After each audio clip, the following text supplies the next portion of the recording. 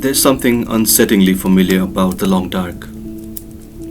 It's not just the way the wind howls through abandoned houses or the way wolves track your scent in the snow.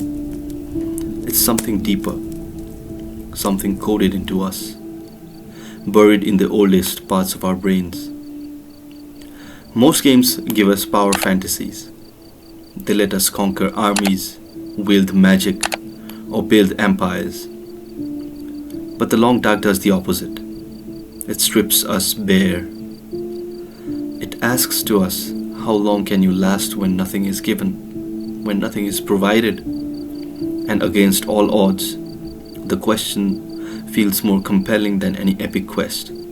Why? Because survival isn't just a game mechanic, it's a memory.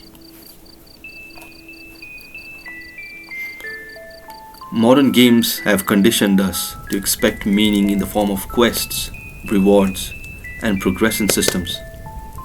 But the long dark rejects all of that.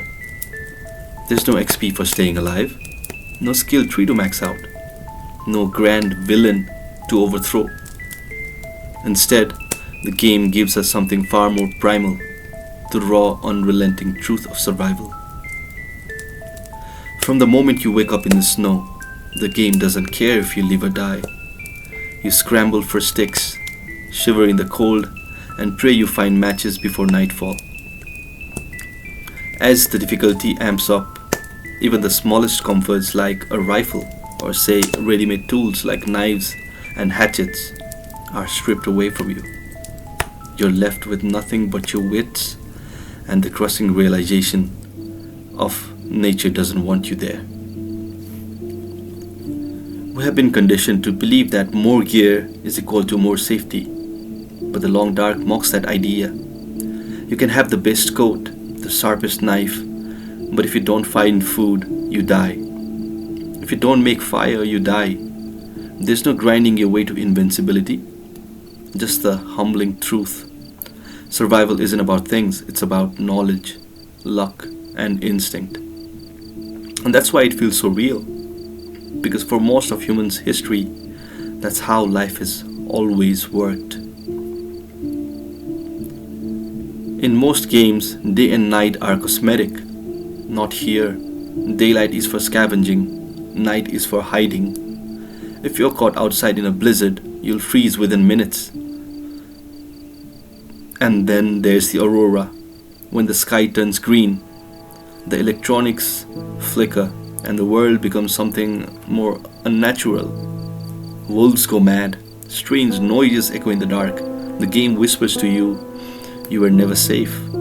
You just didn't know it yet.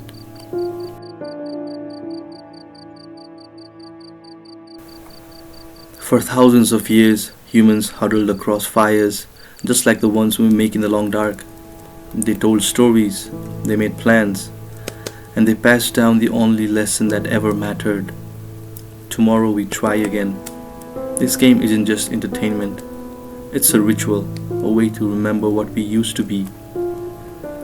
Most of us play this game because it whispers something primal in our ears, something we've spent centuries trying to forget. That survival isn't a game, it's the only game. That every fire we light is a promise to the past. That we're never truly safe, we're just lucky. There are no second chances in the long dark, no safe points to fall back on. Once you die, that's it. Permadeath.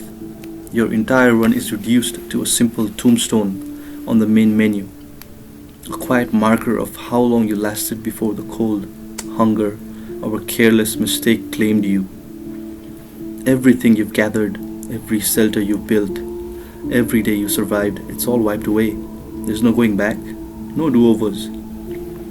This system makes every decision carry real weight. Whether you take a risky shortcut, you eat questionable food, or you step outside into a blizzard, there's no safety net.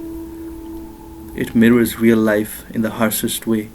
When survival is on the line, mistakes are final. It's not about winning, it's about enduring. And when we finally make it to a fishing hut, start a fire, and cook that first meal, it feels like a miracle. Because it really is. The long dark just doesn't challenge our skills, it tests our will.